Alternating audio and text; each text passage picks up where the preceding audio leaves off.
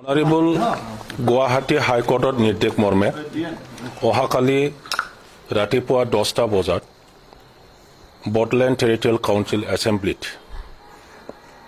Chief executive member তথা কোন পাৰ্টিয়ে মেজৰিটি লৈ পেলাই আগন্তুক বিটিচি চৰকাৰৰ গঠন কৰিব ইয়াৰ কাৰণে ফ্ল'ৰ টেষ্ট হ'ব।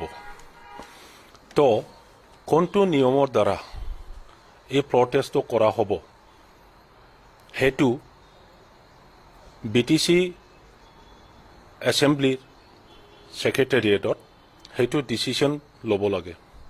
ইতিমধ্যে আমি শুনিবলৈ পাইছোঁ যে তেখেতসকলে কিবা এটা কাৰণৰ কাৰণে হেণ্ড ৰেইজ কৰি পেলাই এই ফ্ল'ৰ টেষ্টটো কৰিব বিচাৰিছে।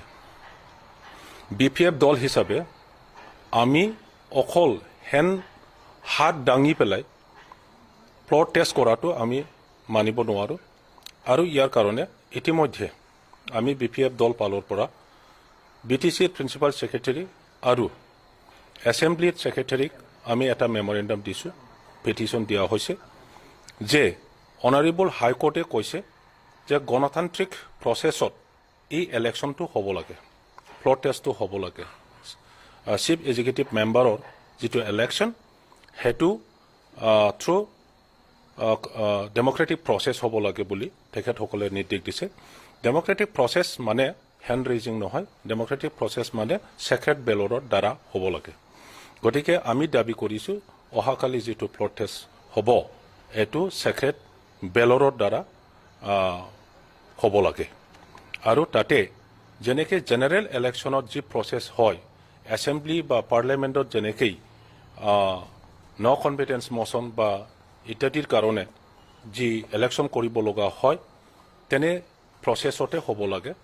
ইয়াত ইলেকশ্যন প্ৰত্যেক পাৰ্টিৰ পৰা ইলেকশ্যন এজেণ্ট থাকিব আৰু গোটেইটো গণতান্ত্ৰিক প্ৰচেছতে হ'ব আৰু হ'ব লাগে। এইখিনি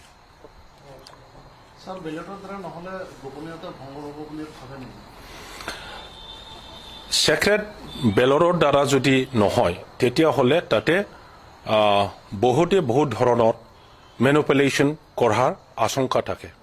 ইয়াৰ কাৰণে আমি কোৱা নাই যে প্ৰচেছটো কাৰোবাৰ কাৰণে ফেভাৰেবল হ'ব নন ফেভাৰেবল হ'ব, এইটো কথা নহয়। জেনেৰেল সকলৰ কাৰণে একচেপ্টেবল প্ৰচেছটো হ'ল ছেক্ৰেট বেলটৰ দ্বাৰা ইলেকশ্যন কৰা। গতিকে সেই প্ৰচেছটোৱেই এডপ্ট কৰি পেলাই কালি ফ্ল'ৰ টেষ্টটো কৰিব লাগে।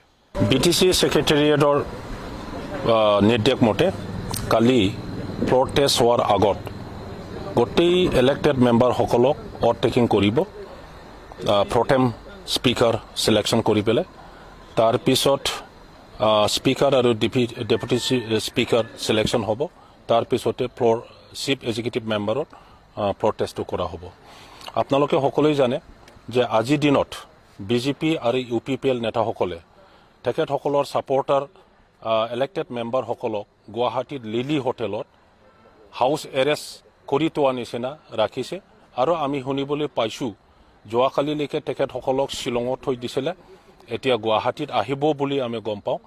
কালি তেখেতসকলে বহুত কনস্পিৰেচি কৰি আছে কেনেকৈ BPF দলক হাৰাব লাগে এই ফ্ল'ৰ টেষ্টত। গতিকে আমি স্মেল কৰিছোঁ তেখেতসকলৰ কনস্পিৰেচিটো। কালি গোটেই ইলেক্টেড মেম্বাৰসকলক লৈ যদি নাহে BTCৰ ফ্ল'ৰ টেষ্টত তেতিয়াহ'লে BPF দলে ইয়াৰ পৰা আমি ৱাকআউট কৰিম। এইটোৰ কাৰণে আপোনালোকৰ দ্বাৰা গোটেই অসমবাসী তথা BTCবাসীক এইখিনি মেছেজটো মই দিব বিচাৰিছোঁ যে অহাকালিৰ ফ্ল'ৰ টেষ্টত যিমান UPPLৰ ইলেক্টেড মেম্বাৰ, যিমান BJPৰ ইলেক্টেড মেম্বাৰ আৰু অন্য দলবোৰৰ যিমানবোৰ ইলেক্টেড মেম্বাৰ আছে সকলোৱেই প্ৰেজেণ্ট থাকিব লাগে।